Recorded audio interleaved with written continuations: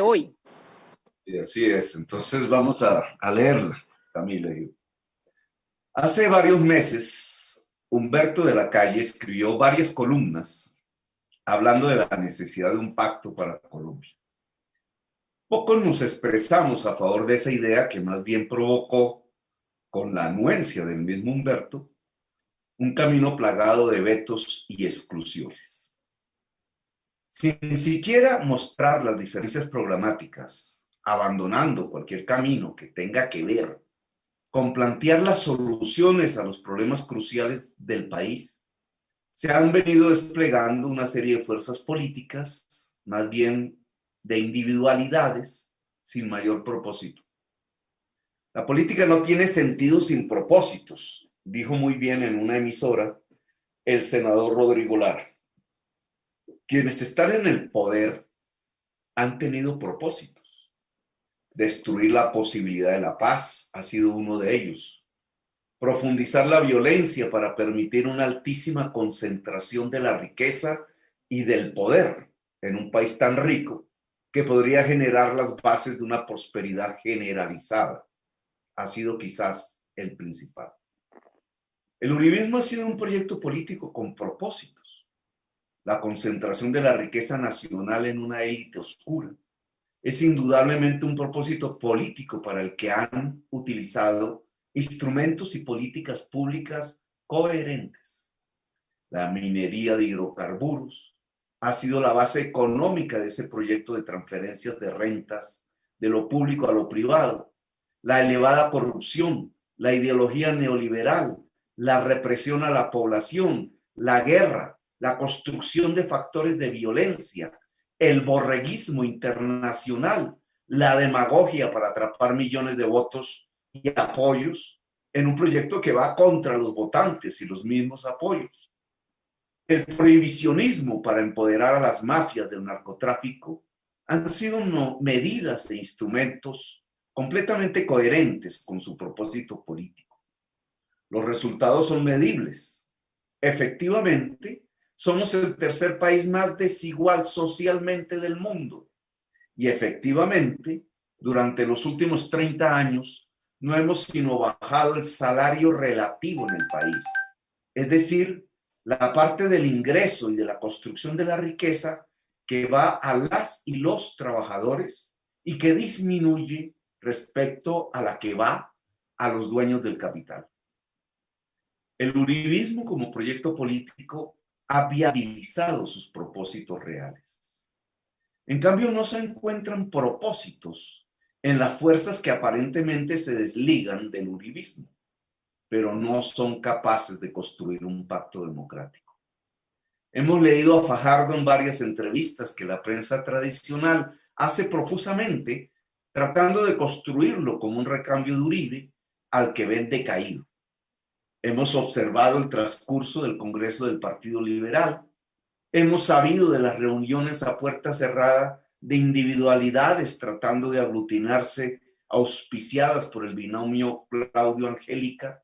Han salido candidaturas presidenciales como la de Iván Marulanda, pero por ninguna parte aparecen los propósitos.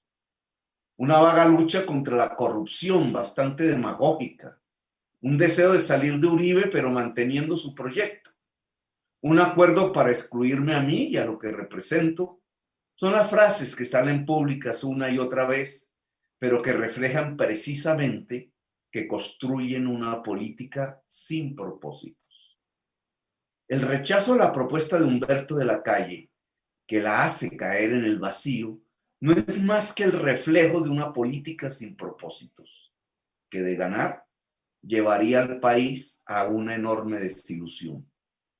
En Bogotá se ha concretado en forma de gobierno eso que llamaríamos una política sin propósitos. Al no tener una idea política de ciudad, de urbanismo, de gestión pública, las fuerzas que se denominan a sí mismas alternativas y que ganaron la alcaldía no han hecho más que profundizar el propósito político de Peñalosa.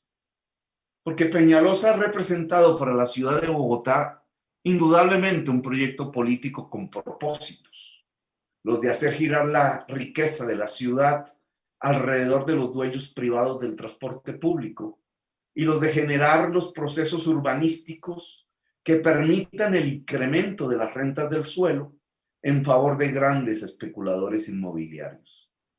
El proyecto de Peñalosa, que viene a representar el verdadero uribismo en la capital, se ha viabilizado tal cual el de Uribe y en alianza con él en la capital. Durante todo lo que va del siglo, lo que se ha implementado es el proyecto de Uribe a escala nacional y el de Peñalosa a escala local.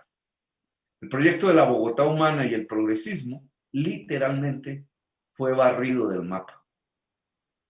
Así que la política con propósitos de la derecha, y Peñalosa y Uribe son la expresión acabada de esa derecha, realmente no ha sido enfrentada por quienes pretenden reemplazarlo.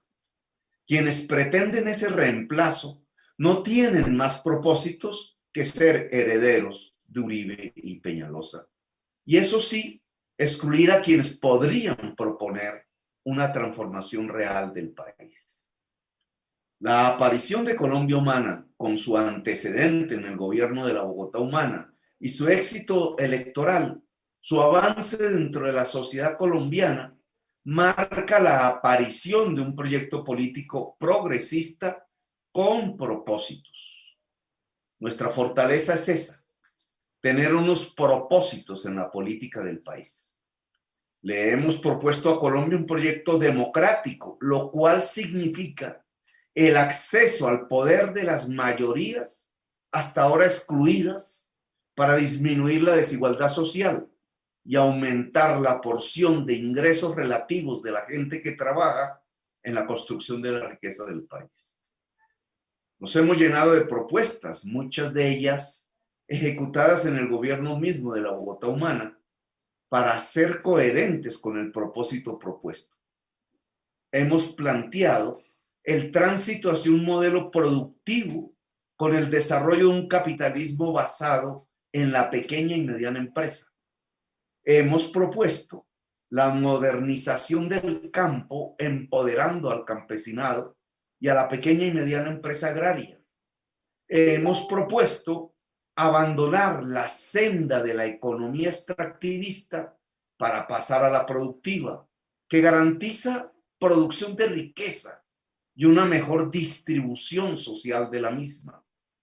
Hemos propuesto, para incrementar la riqueza, extender la educación superior a toda la juventud, avanzar hacia una sociedad del conocimiento por esa senda. Hemos propuesto una civilización ecológica que se adapte y mitigue el cambio climático, reconociendo en ese cambio abrupto del clima la disfuncionalidad del mercado y su capacidad de llevarnos a la extinción global. Por eso hemos propuesto un gran plan verde que nos ligue al gran esfuerzo humano de superar la posible extinción, cambiando nuestras maneras de producir y de ordenar el territorio. Hemos propuesto una gran política del agua y de la salud preventiva. Hemos propuesto una política de la vida. Hemos propuesto que a través de esos cambios democráticos en la economía y la sociedad, que a través de garantizar derechos sociales e individuales como campo de acción del Estado, más que del mercado, podemos construir los puentes sociales de la convivencia y la seguridad, es decir, de la paz permanente.